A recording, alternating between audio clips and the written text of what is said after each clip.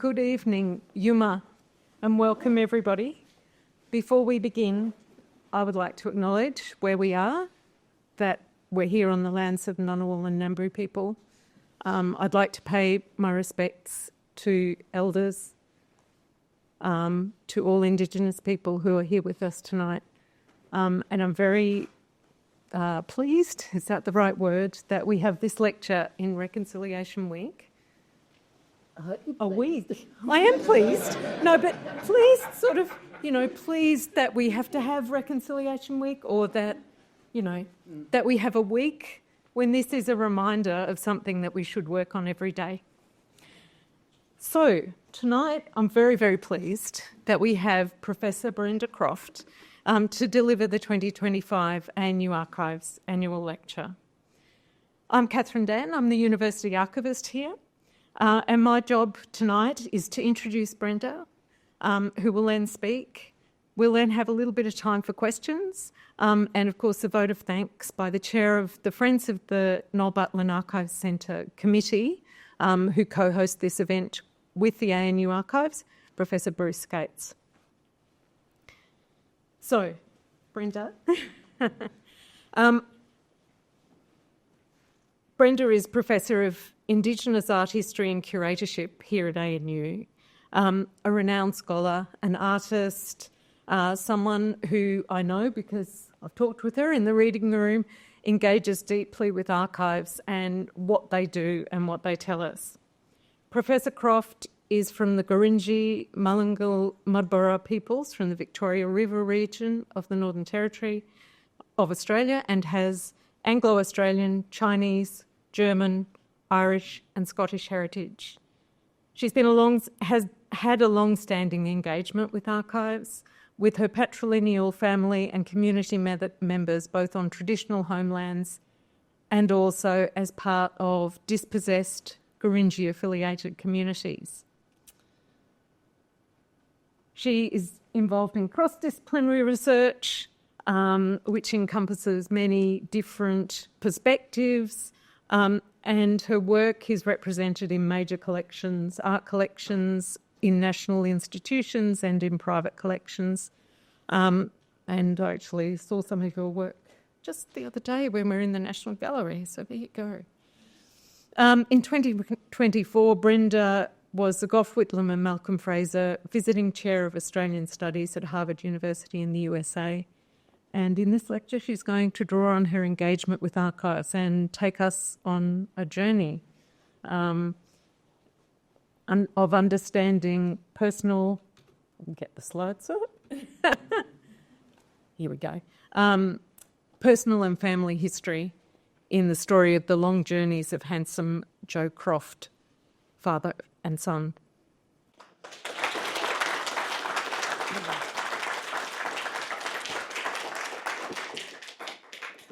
Thank you so much, Catherine and Bruce, and everyone who's here tonight. I would like to start by paying my profound respects to the Ngambri and Ngunnawal custodians and ancestors on whose lands I'm very privileged to live and work. And I realised frighteningly that this year it's 50 years since I've lived and worked on and off in Canberra. I do love this place. I am very proud to be here as a Gurindji Malyan Mudburra woman. On my father's side is also the Chinese, Irish and Scottish. And on my mother's side, Anglo, Australian, German, Irish. And I lay claim to all of those. But what grounds me in this country is being a First Nations woman. I'm really pleased to see so many family and friends here, and I also pay my respects to other First Nations peoples in the room here. And I was listening to the radio on the way in, and today is the 25th anniversary of the walk across the Sydney Harbour Bridge. So it's hard to kind of believe that a quarter of a century has passed. And I was listening to some really heartfelt comments from people who were calling in saying when they were participating on that walk, they expected that we'd be a long way ahead of where we have been in recent times. I know it's really easy to get angry, frustrated, pessimistic about what changes have been made, but I keep trying to think of it as the long game. It's playing a long game. And as Paul Kelly and Kev Carmody say in the song, my people, we know how to wait. So we just have to kind of keep playing that long game. Just before I came out tonight, I was looking at some emails from really dear Indigenous colleagues from the States who I was privileged to work with last year when I was there. A really dear woman, Joanna Bigfeather, and another dear colleague, Jim Logan. He's based in Canada. And as First Nations peoples who managed to gather together on Harvard campus in October last year for a symposium I organised, we felt such an optimism in a similar way to the walk across the Harbour Bridge. We felt this real optimism of being together. There were First Nations peoples from the States, from Canada, from the Pacific, and from Australia. And seeing where we are globally at the moment is really, it's disconcerting, it's shocking. I feel such a sense of discombobulation at times. And I feel I'm also very fortunate to be here in Canberra, living and working here. I love working at the ANU, even though it's going through its own various iterations at the moment. Looking at what's happening to a place like Harvard with such power and money and privilege, you realise how things can change overnight. So I was up till about 1 o'clock this morning looking through this PowerPoint because it's my dad and my granddad and my family. I wanted to make sure it was absolutely right. And poor Catherine received 4 different versions sent through. I left that bit out, so thank God I sent it to her because I left my laptop at home. But when I'm here living on this country, and I did my schooling here, all of my high schooling, I lived a life that's common to many First Nations peoples who've grown up displaced from homelands and community. My dad, I won't go into that right now, but I'll go through it. Because of his experience, I ended up not being born on country. I was born in Perth. We came here in the mid-1970s for my dad to work at the Department of Aboriginal Affairs, and I'll go into that in a bit more depth. But it's really a good thing to remember who has gone before you and who's created the pathways for me to be where I am now. And I know that he would be really, he's with me all the time. I think about him all the time. I always want to be talking to him about things, and my mother as well. But it's that really important thing, I think, us as First Nations peoples, we always think about our ancestors and the people who've mentored us and brought us to the points where we are in our lives now. And my life, I know, is very different to many in my family, and I'm grateful for that every day. And I literally am grateful. I say thanks for being here, and I talk to my son about that as well, that we're very grateful and thankful to be here on Ngambri Ngunnawal country with associated clans from Walgaloo, Nyarago, Gundungurra, Wiradjuri, all those different groups that are around here. And it's something that I feel is a very special thing to experience every day. So there are images of people who've passed away here, just to let you know that. My grandfather, Handsome Joe Croft, and he called himself that, I have not found a photograph of him yet. I'm still looking. Once you start in the archives, you can't really stop, I don't think. He was born in 1869 on the Victorian goldfields at Dunolly, and he was from an Irish-Scottish family, so poor.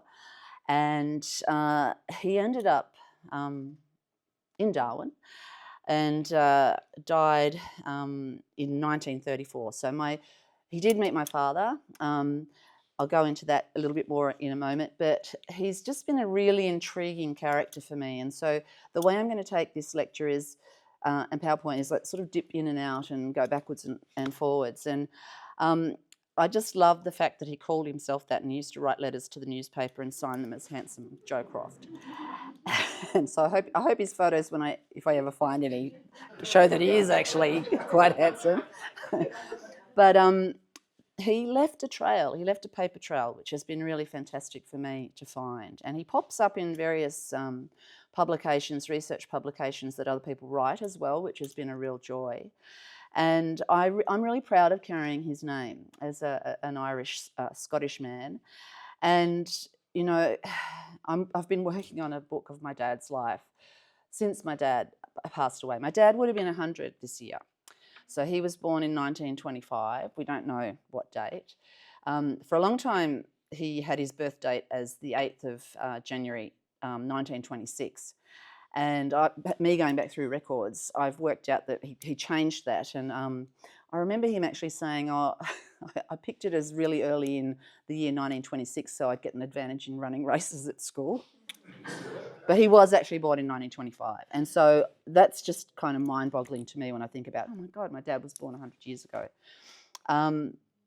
He's been gone since 1996, and he is still so present in everything that I do.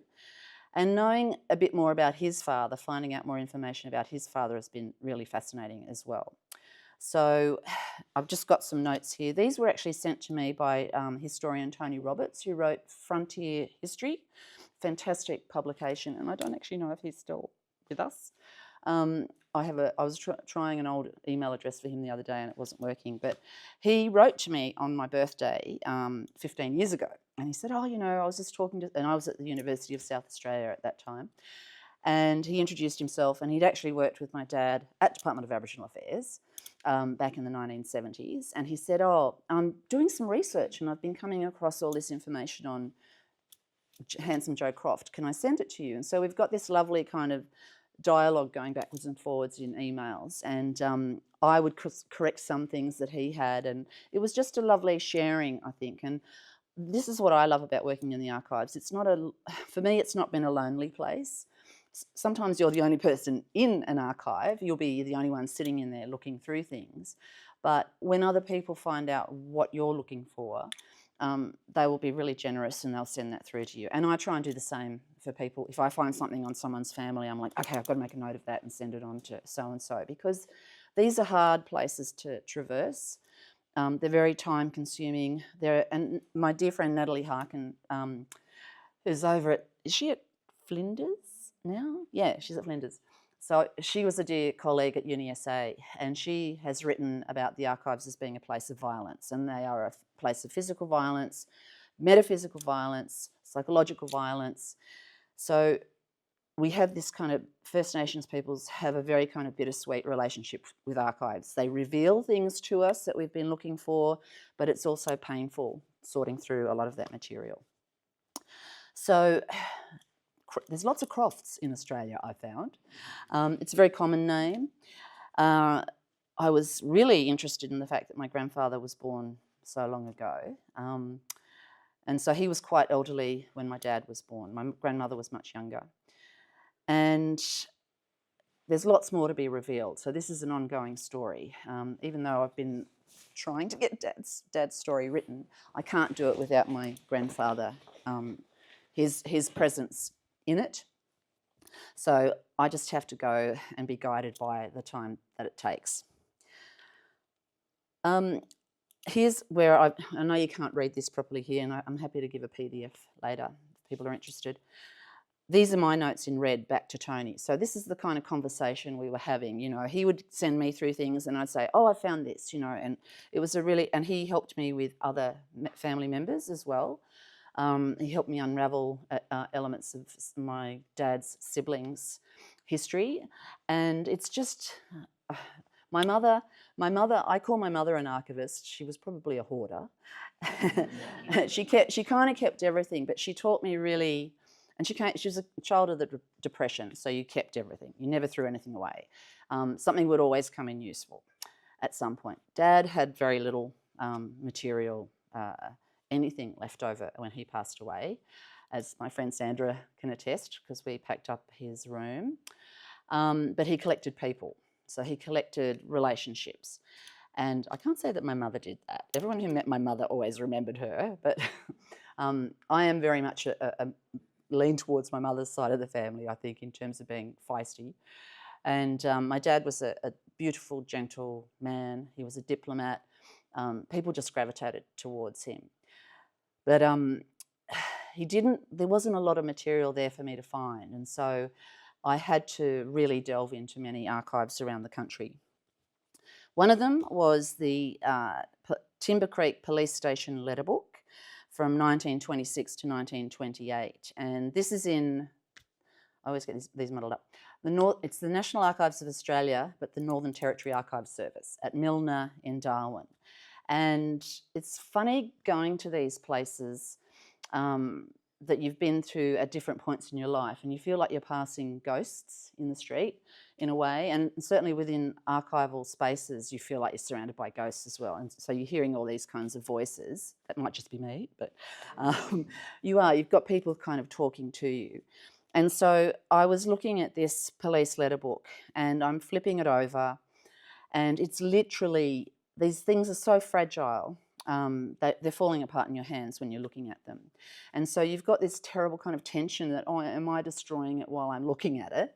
And also trying to take photographs of them. So it's a bit hard to read here, but I was able to go through it. And this is the top of the right-hand page. Yearly report on Aboriginals. I applied for eucalyptus for the medicine chest, but same was not supplied. This is a policeman, T.K. Hemmings, who I've come to really warm to. He was, ironically, he was responsible for taking my grandmother and my father up to Carlin Compound in Darwin.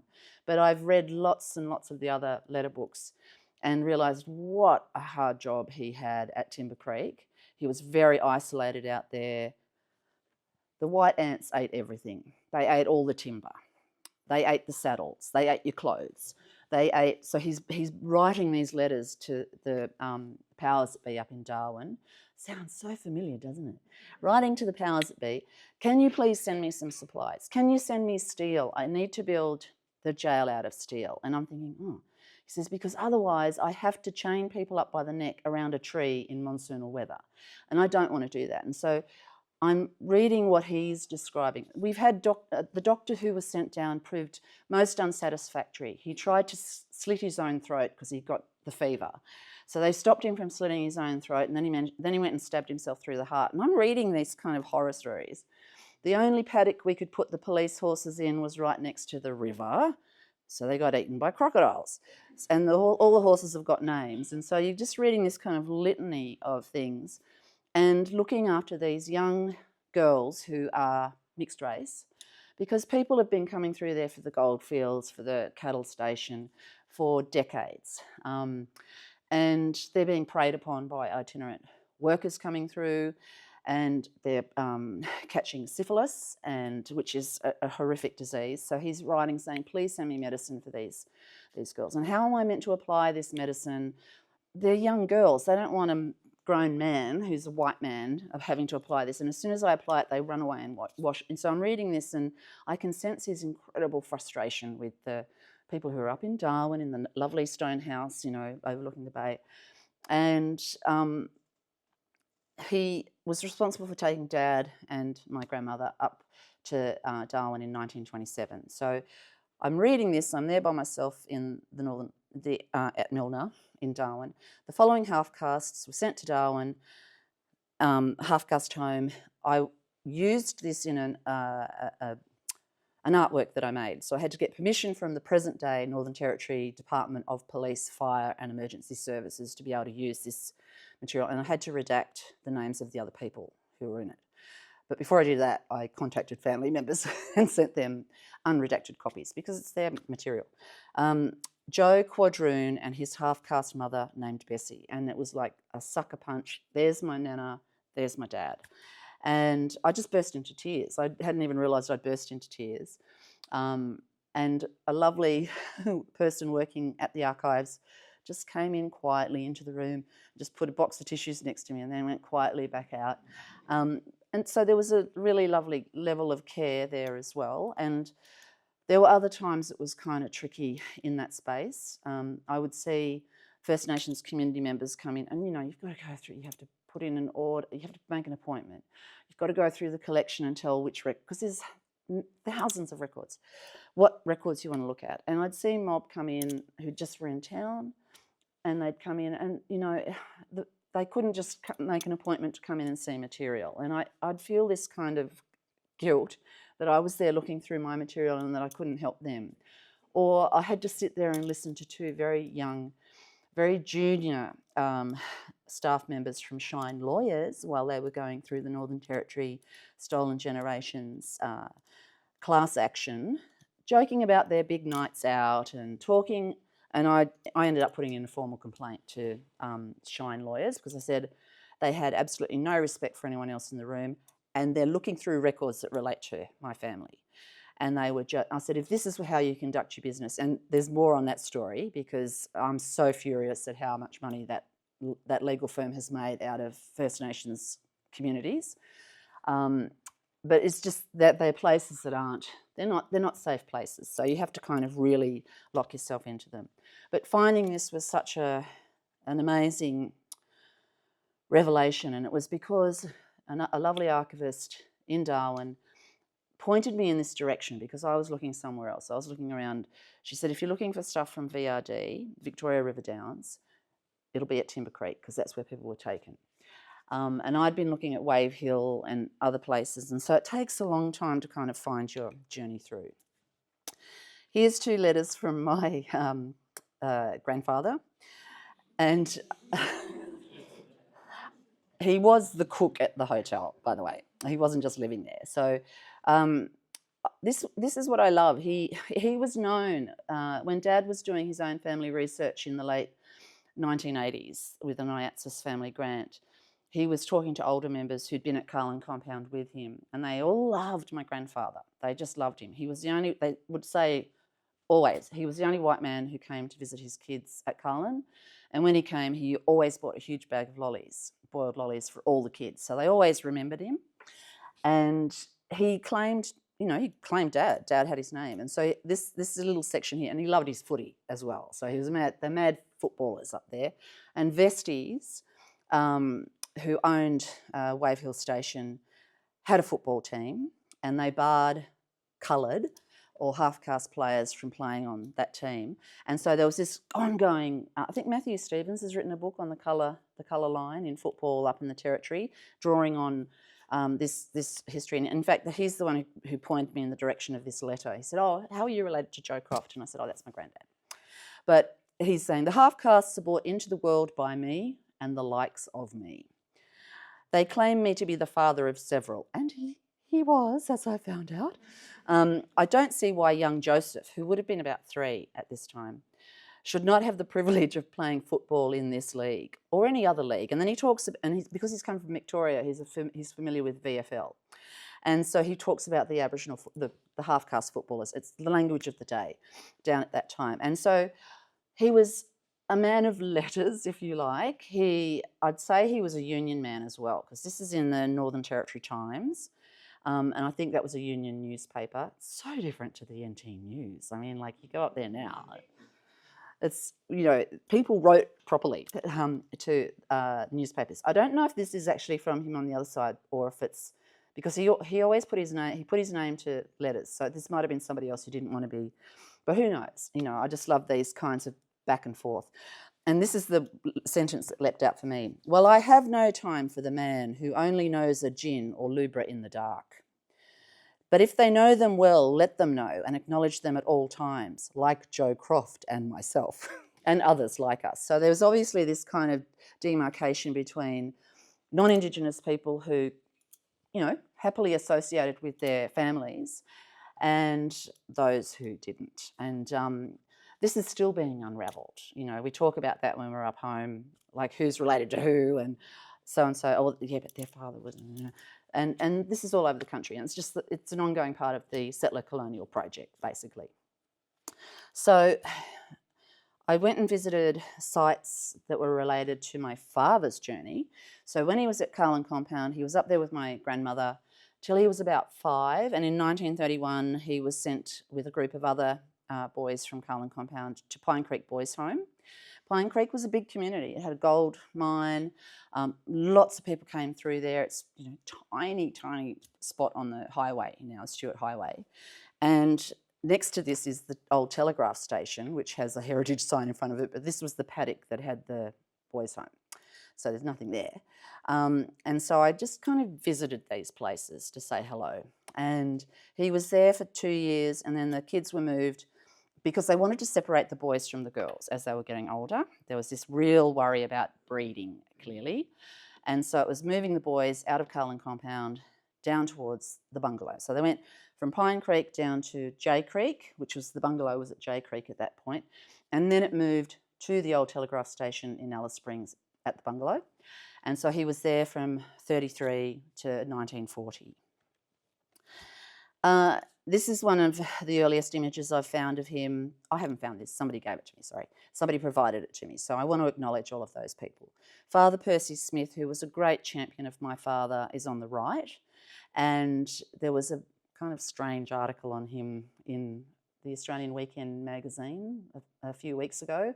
His gorgeous grandson, Mark, who I know very well, has produced a film about his grandmother's life, and it relates to his grandfather as well.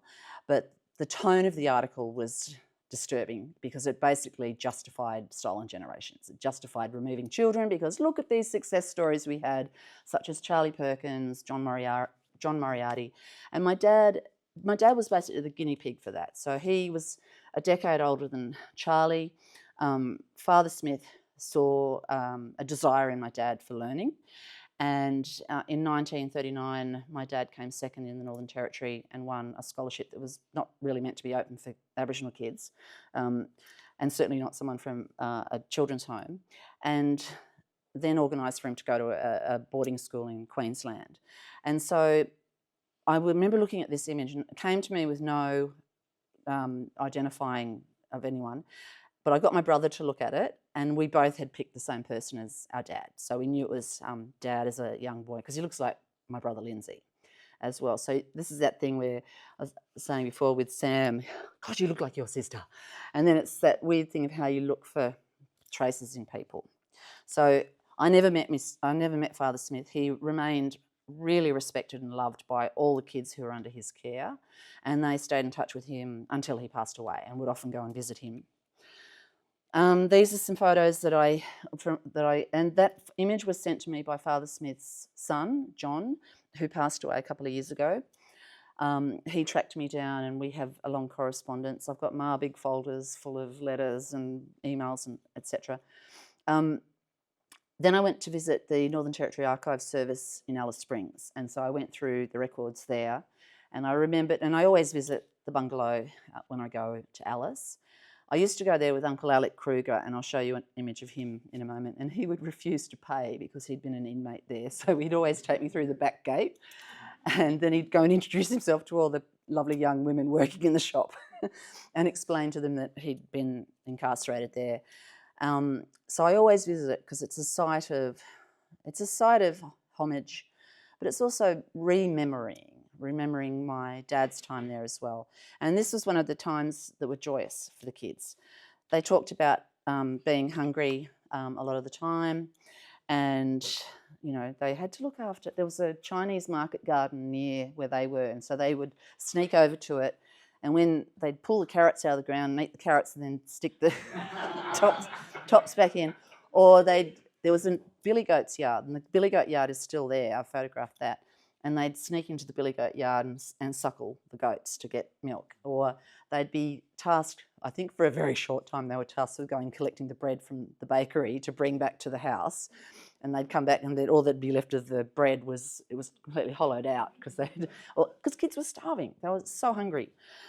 And there were really not great things that happened there. There was a superintendent who he got sacked because there was actually one of the young girls who'd been sexually abused by him put in a complaint, and she had support to take it through to the authorities, and he actually got sacked for that.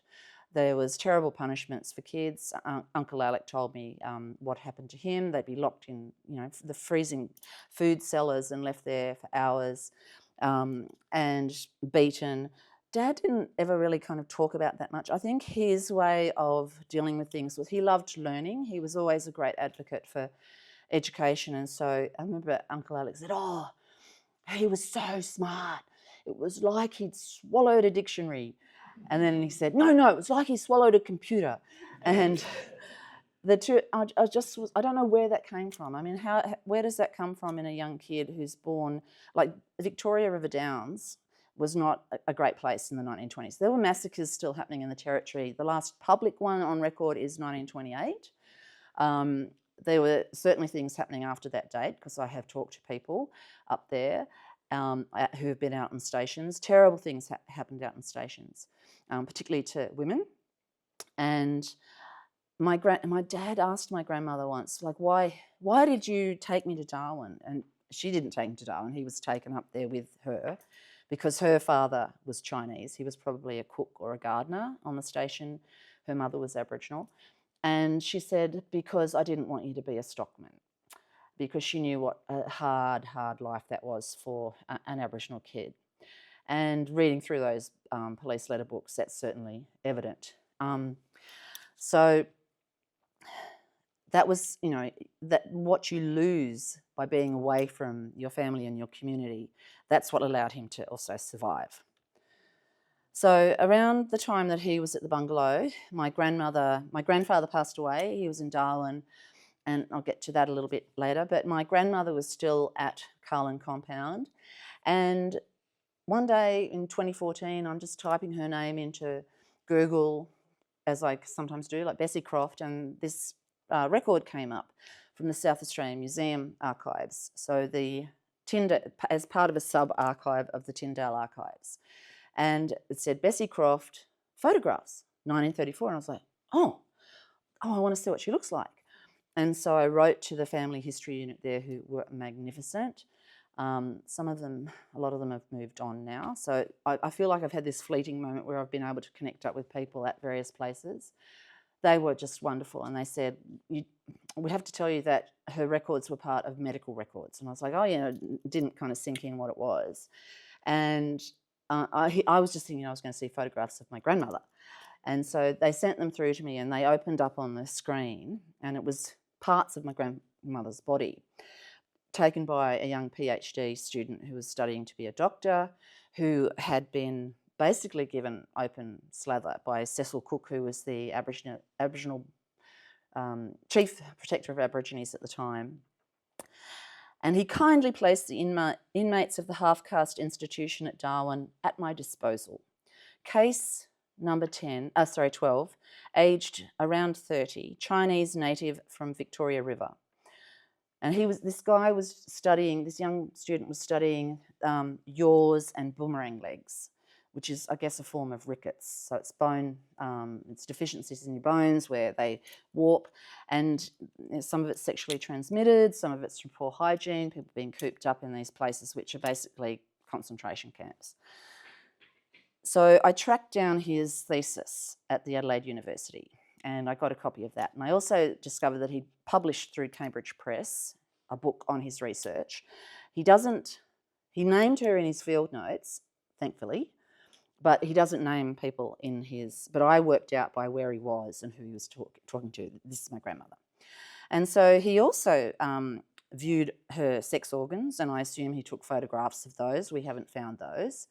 And I just was going, God, how did she feel about, you placed at the disposal of a student who comes through. And he basically travelled, he wrote 3 publications, self-published, another letter north. And I have images of him digging up a grave of a deceased Aboriginal woman who died of rickets, because he said her skeleton will be the most perfect skeleton I've seen. So he'd waited for her to die and had come, and so he's put his camera on a timer and photographed himself digging the grave up.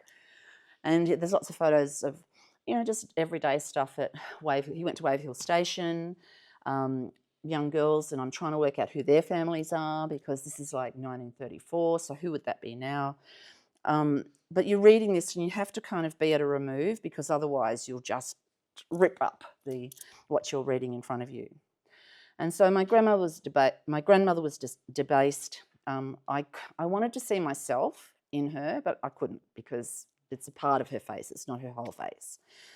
And I'll get to that a little bit later as well, but just this idea of looking for yourself, and I think that's what my father spent most of his life doing before he met my mother and had his family.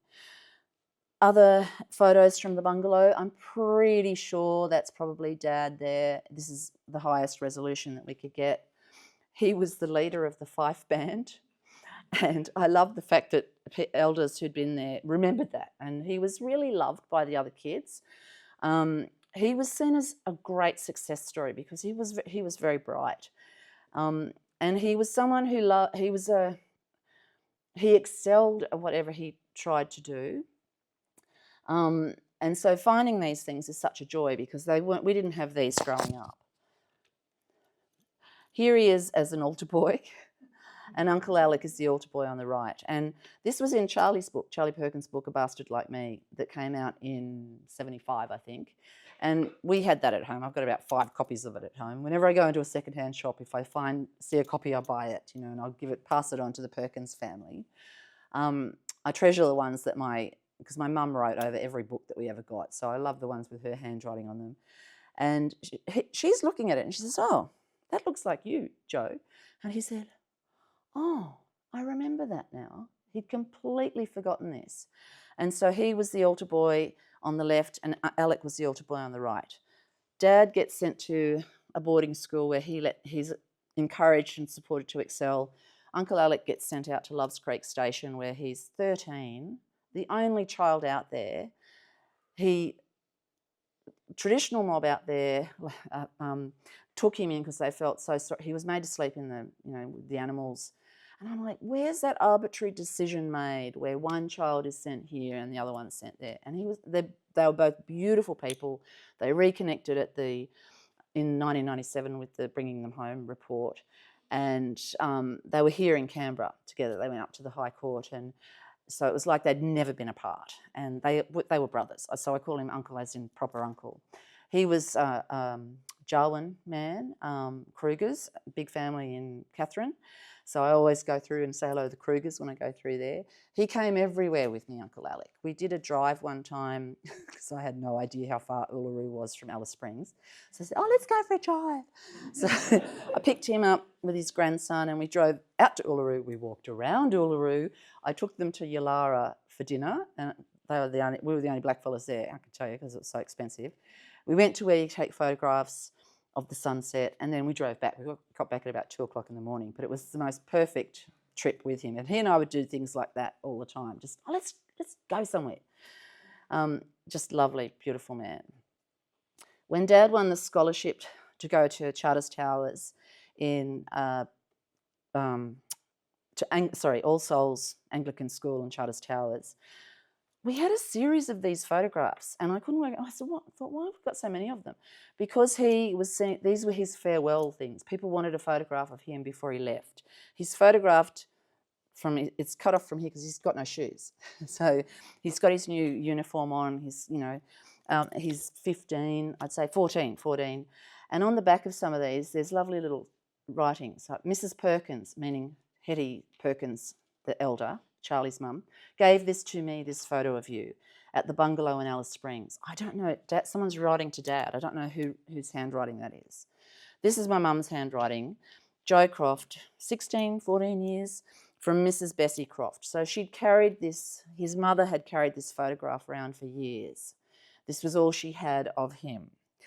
The photo over on the right-hand side, he's 15 and he's now at All Souls in Charters Towers. And he used to go on holiday at Magnetic Island. He would, as Al can attest, Dad sort of became everybody else's family member. He was the extra family member. And so at holidays, school holidays, he would go and stay with people. So he loved Magnetic Island. He'd go over and stay with families there. And I point out Al because I first met you when I was about 11 because Al's dad is Stuart Harris, wonderful dear man who was a really dear friend of my dad's.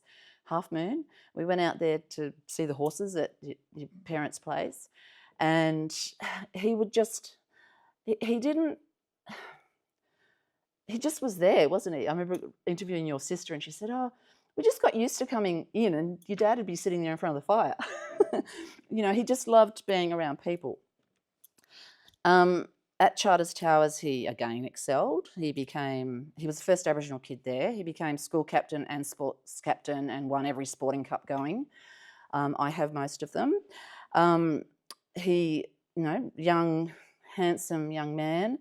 I think this is, what's his name? David Fitzgerald. And he was really loved by students. And he's actually the grandfather-in-law of Daniel Riley, who is a dancer, Aboriginal dancer, who heads the Australian Dance Theatre, who's Wiradjuri.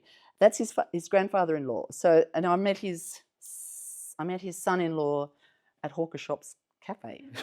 He came up and went, "Oh, you're Brenda Croft, aren't you? You know, oh, well, my wife's dad was blah blah blah." And so I managed to get these photos scanned for his wife, which is really nice to be able to do. So he was in the first 15. He was in the first 11 or whatever you do with sports, athletics, swimming. He won boxing cups, he won running cups, cricket cups. Don't ask me. I love sport. I was sporty at school, but I couldn't care less now. And I'm so glad you're going to get home in time for the State of Origin. Al texts me at 4:45 going, "Oh, I thought it started at 7." And I said, "Did you read the email?" And he goes, "Oh, good, I get home for the footy."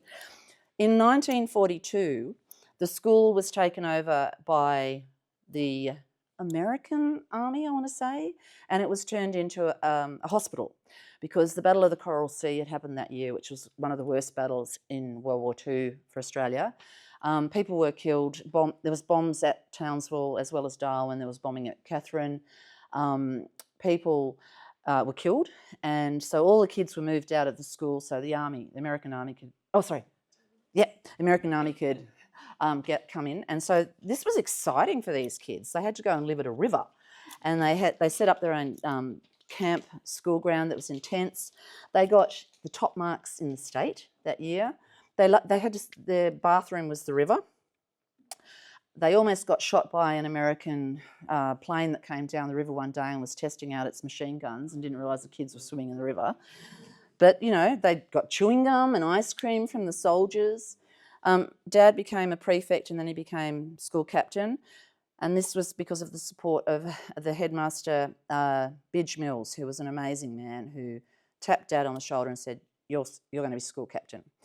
And he died at the age of 55. He was very young when he died. I interviewed his daughter, who's now passed away.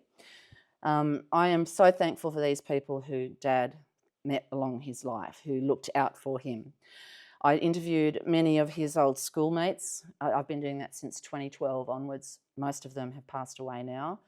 So I've got this treasure trove of interviews and transcripts.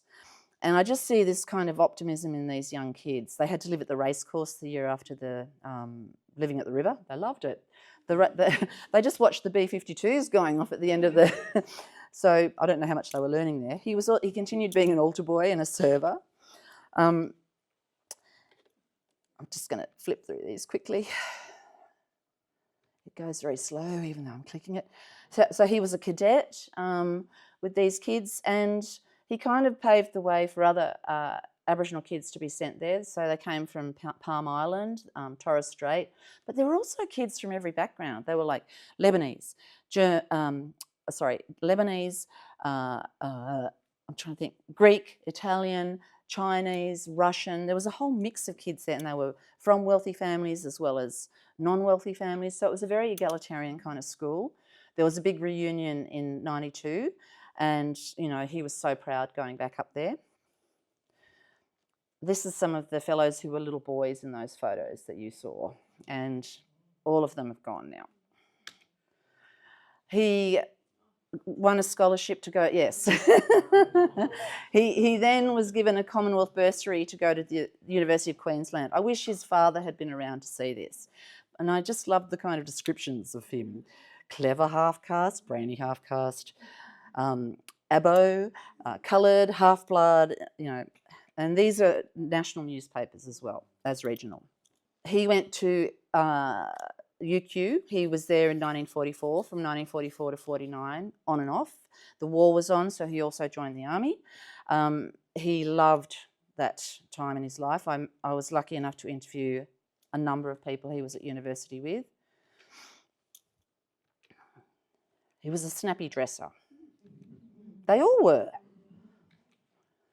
He was the captain of the football team, so he had the University Blues. He played baseball. He joined the army. Gorgeous Garth O'Connell, who's a really dear friend over at the War Memorial, found this record of Dad in the National Archives for me and sent it over when he's 19. He's just signed up. He was a surveyor. His bursary ran out. He didn't graduate, but most of his classmates didn't either at the time because it was such a haphazard time. They just went out and worked. So he was a surveyor on dam sites and railways in Queensland, New South Wales, Victoria and Western Australia. He was a man about town. He met my mother on the Snowy Mountains scheme. He loved working up there, and I think that's pretty much what drew us back to Canberra. They married in Sydney, travelled over to Perth, had me and my brother Lindsay. And in the late 60s, when he decided to come back to New South Wales, my mum was missing her family. She felt very isolated. He discovered his mother was alive. He had stopped hearing from her during the war, and he just assumed she was dead because Darwin had been bombed, but everyone was evacuated from there. So she lived at a place called Donkey Camp outside of in Katherine, near Knott's Crossing, where a lot of people from Carlin Compound and the police paddock at Parap, I think also, people were there for a while. So, and then I found different places where she was. She was at Delisaville, but she ended up back at Retta Dixon Children's Home when that opened up in 1946. That became the new kind of Carlin Compound in Darwin. So this is my nan here. And with one of the missionaries who used to write Nana's letters that she would dictate to her, and I've got all of those, so they're in my record. And her very, very best friend, Auntie Ruby Shepherd. This is with Mervyn Padamore, who was the Retta Dixon superintendent, and that I think is probably the early 70s, and she was already sick with cancer. She had cancer in her face. She was the laundress at Retta Dixon for years, and she was also kind of the de facto grandmother for all the kids there. We have 2 photos of her with my dad because we had our small news agency. We went up there, my parents sold it so we could go and be with her when she was dying. And Mum took hundreds of photographs, and they all got wrecked by the chemist who was developing the film, except for one roll that had these 2 on it. So that's the only photo we have of them together. And she was very sick by that stage. I go back and visit that site, which is Karu Park, and Lana, your older sister, played a huge part in having that park renamed from Queen Mother Park, which it was named. And every time the plaque went up saying it was Queen Mother Park, you'd come past and it'd be taken off. So finally the council said it's Karu Park. And Karu is a Gurindji word for child, because so many of the children who were removed up there were from Gurindji background. My nan died in 74, just before the cyclone. My parents went up there for that. We also have very strong connections with family down at Kalkaringi and Daguragu, Wave Hill, and other family have claimed Dad from down there as well. So I know that Bessie is my grandmother, but we have dear family out at Wave Hill, and I've raised that with them, like, I don't want to claim family that's not mine to claim, and I've been put in my place because Nana Mona, she lost a child around the same age as Dad. We don't know what happened to that child. And so that's another kind of journey I have to go on. I did a response to that work on my grandmother because that image of her was taken on the 17th of May 1934, exactly 30 years before I was born. I was born on the 17th of May 1964, and I did this kind of scream of anger back to her, the way she had been treated. I found handwritten notes. Dad left handwritten notes. He was doing his story, and so I've been pulling all of this together. Luckily he gave me a breakdown of what he did. Employed as a surveyor between 68 to 71. Self-employed as a newsagent, which is where he met your dad, who walked into the shop one day to buy a newspaper and thought, that's an Aboriginal man running a small business, and went back in, and then they became firm friends. 74 to 88, he was employed with DAA here and Aboriginal Development Commission, and he also did lots of stuff with schools and university students as well. I don't know who this was being written to, and I'd find bits and pieces of these things. He wrote to Charlie when he had the news agency saying, and something must have happened where Charlie was, I was very disappointed to hear of your suspension, and I and all the other Aboriginals in this area, because he was working closely with people at Cabbage Tree Island, so Bundjalung community, agree wholeheartedly with the Prime Minister's support of your actions. So this is 74. This is before he applied to work down there. This is an image of him working here in Canberra that Robin Bancroft, who's the sexy looking lady with the plaid skirt, sent to me when she was working with him. He organised exhibitions here in Canberra. I would get dragged along to Woden Plaza to help him put up, he'd borrow panels from work and put these amazing bark paintings up on display, and people are just pushing their shopping trolleys around, had no idea what they're looking at. David Gulpilil and Ramingining dancers were dancing there in front of a totally ignorant people walking past doing their weekly shopping. That was my entree into the art world. He also had a small arts and crafts section at the news agency. He was always wanting to do this. Loved it, just loved it. Organised one of the first exhibitions at the Canberra School of Art and Design Gallery here, so I always think of him when I walk past that place. He organised the 99-year lease for Bumanala Oval. Like, he was just, okay, what can I do? What can I do? He didn't want to be a front man. He just wanted to do behind the scenes stuff. Writing back letters chastising Sasha Grishin, which is one of my proudest things to own. And this is for you, Sandra. The Cure at the ANU Union. What happened? And here he is saying that he wants to set up the ACT Corries Club at Woden. So this was in the same newspaper, which tells you of the time. I, Joe Croft of Tillyard Drive, which is where we lived.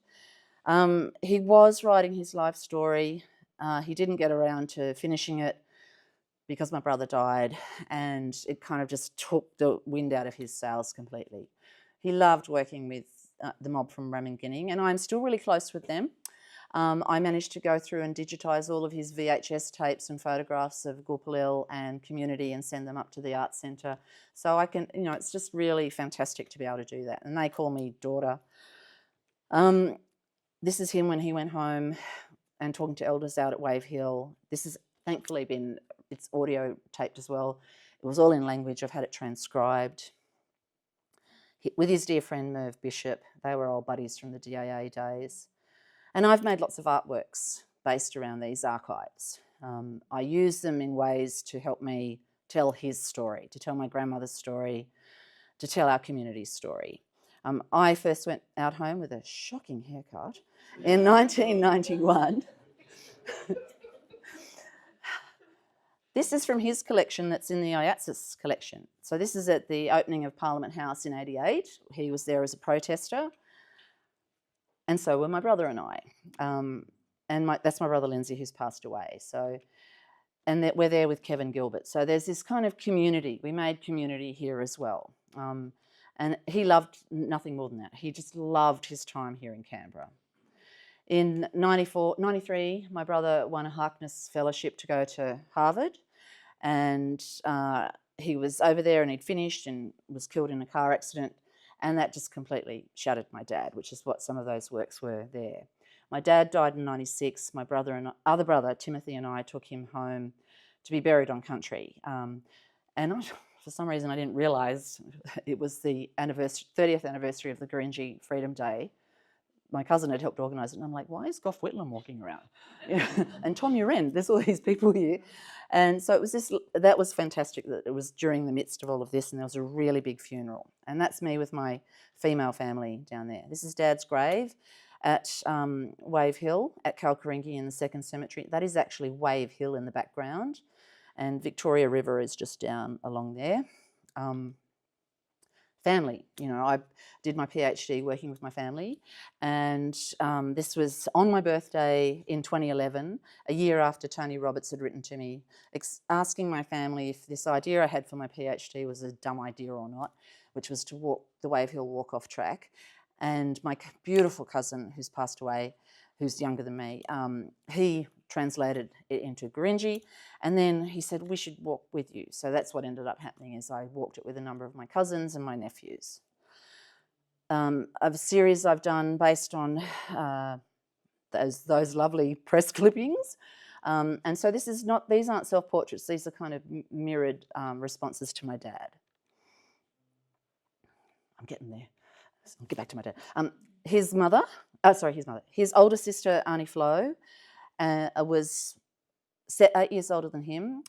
Same white father, Joe Croft, different Aboriginal mothers. And she was taken from Roper River.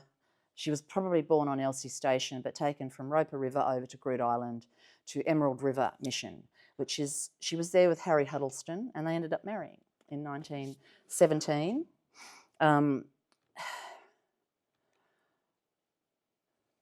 So my cousin gave me a copy of what's managed to survive various monsoonal events in Darwin, and I've got to try and track down a copy of this for him. So that's my Auntie Flo when she was a bride. For a long time we thought they were twins. They met at my grandmother's funeral, and she came up and said to my mother, I think I'm your husband's cousin. And my mother said it was like looking at my dad in a dress. And she said, no, you're his sister. And then we were trying to work out how close was their age, because they looked so close in age. This was my Uncle Harry being ordained as a minister in 89. Another shocking haircut. It was that era. But you can see this fabulous kind of similarity between them. So for me, that's my white grandfather. Because they look so alike each other, but they have different Aboriginal mothers, so it has to be my grandfather that they look like. And my Uncle Harry was just a darling, and this is with all our family. I would go and visit Channel Island because my Auntie Nancy and Uncle Jack were inmates at the leprosarium there. They were the longest inmates. They were there. She was there from the age of 9 until 1983, when it had moved to East Arm, and it closed, and they were the last 2 people there. So they moved back into Darwin. It's now a heritage site. The people at NT Heritage were very wonderful in telling me how I could get inside there without having to go through the gate. So I did, and found the cottage where they had lived, which it's this weird heritage site. And I'm like, what kind of heritage are you going to deal with? These people were left here during World War II. Everyone else was evacuated. All the inmates over at Channel Island were left there. It's being bombed and strafed. My aunt was taught how to be a signaller. She won an award from the Territory for doing signalling, SOS signalling. She was a beautiful looking young woman. She had been severely affected by leprosy.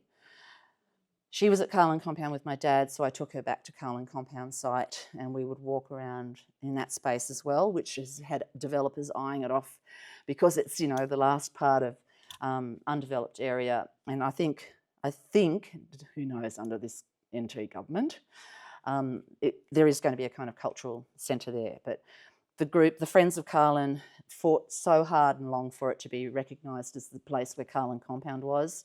We've got darling Auntie Kathy Mills there, her son Robbie, who I was just speaking to the other day. Sam Wells, wonderful historian at the Library and Archive of the Northern Territory, who's just been instrumental in helping me.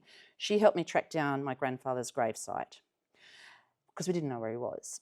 And I was able to take my auntie there. She knew he died when she was young, and she kept telling me, oh, he's German. He had to leave Australia because the war was on and he was German. His name was Hans Joseph Croft. And I'm like, oh, okay. And then when I kept coming across Handsome Joe Croft, I'm like, she's a little kid. She hears this and she's put in her head. He just stopped visiting. She didn't know why he stopped visiting. And so I could take her there. And I love the fact that it's just a cement plaque in the ground. I don't want a big fancy, I know where he is.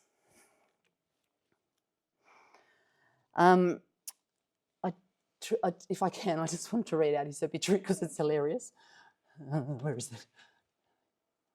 Go back.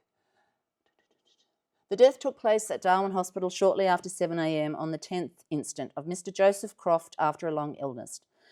Mr. Croft, or Handsome Joe as he was much more widely known, was in his 64th year and was one of the many bush characters of the North. being well known throughout northern Queensland and the Northern Territory, where he has followed until recent years the occupation of station cook. Born at Dunolly Goldfield, Victoria in the roaring days of Irish parents, Irish-Scottish, Joe early drifted away from home, gradually working to the north, which he, like many others, learned to love on account of its free and easy life. He acquired a reputation as an exponent of the fistic art. So he was a boxer. Took me a while to kind of work that one out. And for a time was a drawer at the sideshow, during the various northern towns. Drifting to station work, he remained in the outback until coming to Darwin from Nutwood Down stations in the early 20s. And he has remained in Darwin more or less ever since. He did lots of stints on VRD and other places. For about 4 years, he was employed at the Club Hotel. Though a pet with the opposite sex, Joe never acquired a better half. And then it goes on like that. And he also, I found another clipping where he raced a wallaby down Smith Street for a bet. So he was a real character. I do want to find out more about him. My brother Lindsay was Young Canberran of the Year in '92. This is taken at ANU. So whenever I'm walking around these kind of campuses, or in Harvard, I felt that very much with him. There's a street named after my dad and my brother, because Lindsay's middle name is Joseph. And the boy I'm bringing up as my son when he was very young. He's about 3 times the size of that now, at the street in Bonner. And I love going out to that place. Here at the Noel Butlin Archives, nearly there. I can't remember why someone sent me here. They said, you need to look at the VRD books at the Noel Butlin. I'm like, what? And so I was over here, and it was so mind-blowing. I came across the name Huddleston. So this is the White Huddleston. So all these familiar names of people I know in Aboriginal community, here's their forebears coming up. Hemmings, the policeman, is here. So there's all this kind of crossing, Durax, Kidmans, all these places and names. Traveller named Joe Croft from Roper looking for work. And so that's in 1923. His first record in the Northern Territory is at the Borroloola police station in 1916, where he arrives with 2 horses from Camberwell, and he's also just participated with 2 other guys rescuing some poor fellow who was drowning in the flooded river, who did end up passing away. And it's, oh my God, these guys, what they had to go through. So the person's dying after drowning. He says, can you get my belongings to my family? And, it's like a belt, a gun, a bag, some shillings. And they did. They made sure that they brought that in. There was this there were good guys and there were bad guys. And thankfully, my grandfather was one of the good guys. Here's where I first come across my grandmother. One dress print, a printed dress for Bessie. And it was at Mullaloo. He was out at Mullaloo outstation as the cook or the gardener. He was always changing with those 2. And she was one of the girls working there. He loved buying lollies. Up here in the thing, it's his name, Croft, one Lubra's dress. Fancy. He bought a fancy Lubra's dress. And I'm like, okay, that's him with my grandmother. So I just loved being here and looking through these old, because you think, oh God, am I the first person looking at these since, they were written and closed? That's how I feel up in the one in Darwin as well. They're treasures, and they have so many stories in them. The native ledger, so who was a buck, and just the horrendous terminology of the time. My beautiful brother Lindsay and my dad. My dad was so proud of him. Family's everything, and I come back to that again and again. Dad has flaming red-headed grandchildren who never met him. They didn't get to meet him. They've all been up home to country. This is the only photo I have of us all as a family, and I don't know who took it. This is in Woodburn in about 1972. Another shocking haircut, thanks to my mother, with my beautiful Auntie Nancy at the Carlin Compound Friends meeting. Other family, cousins of mine. We're almost there. Auntie Kathy Mills, darling. Maury Ryan Jarpata, my mad cousin, he did endless trips with me to Kalkaringi and Wave Hill and everywhere, singing ABBA, top key. We would just play ABBA CDs. But Auntie Barbara Raymond, beautiful Auntie Barbara. We put a plaque on my dad's cross out at the cemetery in 2016 on the 50th anniversary of the Gurindji walk-off. My gorgeous cousin MP, who has passed away from renal failure, like so many in our community, he spoke at it, and that's our other cousin, Judith, and that's my poor little wilting Maddie with her red hair frying in the heat. Michael Riley, I'm just so grateful he took this photo of my dad and I for one of his exhibitions in 1990. I can't get Christopher to smile normally, okay? So this is him in his cricket gear out at and he's about even bigger than that now. The beautiful men Dad went to school and university with, who they named the pavilion, sports pavilion up there after him. Sports cups are named after him at the school. And you just wonder how long somebody's name stays in memory until people pass away. So this is Christopher and I. Now, Christopher's great-grandmother is my dad's older sister, Flo. So he and I are related by our white heritage, not our Aboriginal heritage. So I love that kind of complications, you know, a complicated family. He's an amazing, amazing kid. Our family is very close. He was taken into out-of-home care at the age of 2. I got him out of there at the age of 5. And we're still fighting this idea of, you know, our children being removed. The numbers go up every year. I don't want to end on a really sour note. He's a success story. He's my dad. When I look at him, I see my father as that little boy who was there at, you know, out at VRD and then at Carlin Compound. And I want him to have every opportunity that my dad was afforded. And it blew me away. He was at university over 80 years ago. How does that happen, you know? And I'm not one for like the first this, the first that. You do things because you want to do them. But I mean, how much does it take for us to really make change and affect change? And I want to think that there is a turning thing, that it is changing with the federal election that we saw. Hopefully, even though there's a lot of frustration for me with all the parties involved. The only person I like is David Pocock, as does Christopher. But all of us have to take part in this. It's all of our responsibility to do stuff. And so I'm going to finish on that image of that little boy, who carries all of that mix of who he is in him. He's got his eyes closed because he refused to open them because of the flash of the camera, but there's a really lovely contemplative element to that. So thank you very much.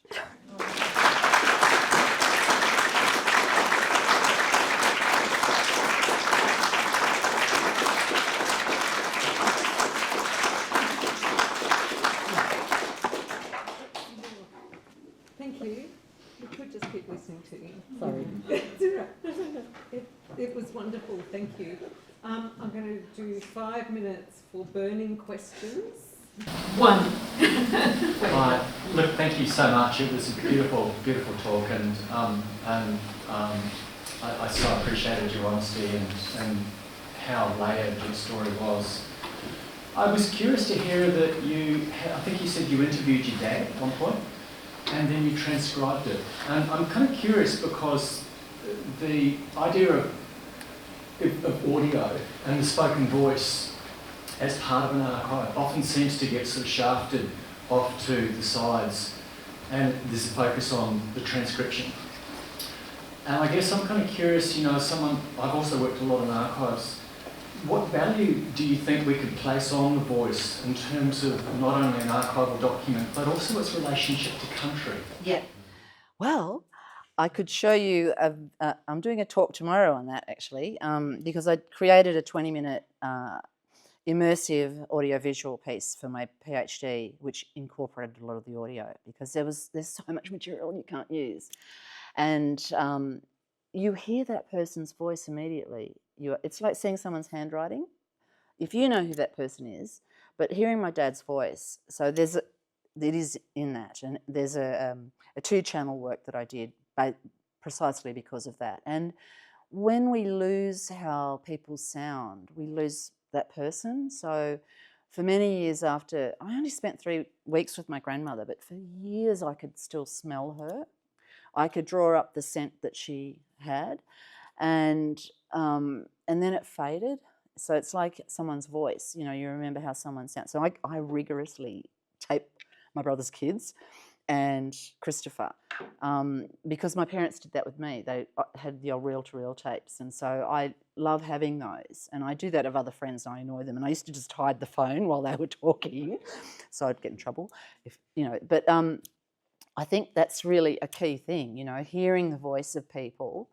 And Peter Reid he interviewed Dad for Charlie's book when he wrote a biography on Charlie Perkins, and that's in the National Library of Australia, and you can hear the audio as well, which is really wonderful. So my dad, and the last interview I did with my dad, it was just before he died, and you can hear he's going, and it's a really hard thing to listen to, but his very last words to me was, "I love you too, darling." And the person transcribing actually wrote to me and said, "If you ever write this story, I'll work on it for free." And that's not why I'd done it. It's just I wanted to have a transcription of it, because you find the bits that you need for things as well. And you know that you've got so much more material than you can ever use it'll never be all public, but it has to be stored somewhere. And those wonderful men I interviewed from All Souls, Charters Towers and the university, I'm like, I've made sure I've sent those interviews to their families, because hearing them is so beautiful. I don't just send the transcripts. It's like, here's the audio as well. And then I'm like, I'm constantly going, how do I leave traces of them so people know where they are? Because, you go to All Souls and they've got a lovely little archives and museum, but who goes in there? Me, someone like me. Nobody else in his photos in filing cabinets, but who's going in there? They become these kind of dead repositories. How do you make them so that they keep... We're trying to do this with Gurindji community that we're working with, like a living Gurindji archive with the material that we've collated, because I work really closely with a linguist colleague. How do we make sure people can access in the community, and how that can be maintained by community? It's not just the researcher who comes in, whether they're First Nations or not. It took... I just came back from visiting the Burnt Museum at the University of Western Australia. We fought for 10 years to get access to 1940s field notes, Gurindji field notes that had been under embargo for 30 years. We had a legal case with that. And it was so amazing being there with community looking at material. But all I could think of was who died in the 10 years that should have been there. And that's our material. So there's this kind of, it's a double-edged, triple-edged sword. We need these archives, but we've also got to be able to access them. And all of those things are important. The audio, the notes, the whatever. Sorry, that was a bit long-winded. Yeah. Thank you. I said you might make us cry, but you've made me come close to crying, but also smile. I don't want to make you cry. No, also smile. So thank you. I'm going to call on Bruce Gates, who's the chair of the Friends Committee, to give a formal vote of thanks. That was brilliant. Thank you so much. Okay. Thanks so much, Catherine. And can I too acknowledge that I stand on Ngunnawal and Ngambri country, on what always was and always will be Aboriginal land. Always was, always will be. Well, that indeed is the title of the first essay by Brenda Croft that I ever read. And it appeared in Show Cause, the beautifully titled journal of the Faculty of Arts at UNSW, where I worked and where you earned your MA. And I wanted to show it to you tonight for several reasons. One is that I'm a hoarder, obviously. But it's also about a sense of history, because as Brenda began, today, the 28th of May, is the 25th anniversary of that Walk for Reconciliation across Sydney Harbour Bridge. And what do we see on the cover of this issue? That word sorry, written in letters across the sky, big enough even for John Howard eventually to see. And it seems appropriate that we present this volume to Brenda's by way of thanks for everything you've done. And secondly, that beautiful essay by Brenda gave me a kind of segue into my vote of thanks tonight, because the essay's all about a sculpture that Brenda created along the shores of Sydney Harbour, where she honoured the people that had cared for that place since time immemorial. And what you do in that essay, Brenda, is you invite us on a journey. You trace the path of First Nations people, and you do it through your sculpture, most beautiful recreations of the rock art. Brenda, you've taken us on a journey again tonight, an extraordinary journey. I knew you were going to be retracing the life of handsome Joe Croft, and I love that larger-than-life bush character with that great love for words and lollies, and one of the good guys, as you put it. But I also love the way that your family stories intersected and how large your father's story loomed in this extraordinary narrative. What a journey we'd been on, from Victoria down Station, Darwin, Alice Springs, across to Charterstown, Townsville, Brisbane, extraordinary vast. And in all of those places you convey the story of the stolen generations, the compound, the bungalow, and so on. You revealed the kind of mechanics of colonialism and the legacy that they'd left of sorrow and pain. But Brenda, you went beyond that, didn't you? Like your father, you never lost your sense of direction in this. Your narrative guided us. And what you gave us tonight wasn't that sad story that you alluded to at the end, but it's a story of survival and resilience. And I really think Joe Croft may have been stolen from his family, but tonight was an act of restitution. You gave Joe back, you gave Joe to us all, and that was an immense gift for which we thank you. And you gave that gift to us not just through the spoken word, but that extraordinary visual narrative you've assembled. I love that catalogue of triumph, all of those prizes that Joe won. And I also love that beautiful image of those boys playing in the dust of the bungalow, retrieving a place of joy from a place of sorrow. Well, I think as Catherine began, the beauty, the importance of Brenda's work is that it does bridge so many disciplines. It traverses so many paths into the past. So tonight we did hear the voice of the historian, a distinguished historian acknowledged by the Harvard Chair, but we also watched the work of the artist, the sculptor. And above all, we saw you working with the archive and revealing not just the pain of the archive, but the wonder of the archive as well. This is an inspiration, I think, to all of us here tonight. So we want to thank you, Brenda, so much for the immense generosity with which you shared your father's story, your grandfather's story, your nan's story, and the courage and intimacy with which you told that story too. And now let's end where we began, with that particular fragment from the archives. When we walked across that bridge in 2000, we embarked on a great journey, a journey, as the statement from the Heart puts it, of truth-telling and reconciliation. There is still a long way to go in that journey. As you put it, though, we're in it for the long game. And how fortunate we are to have walked on that journey with you, with your grandfather, your father, your nan, and so many of your family members here with us tonight. Thank you. Thank you.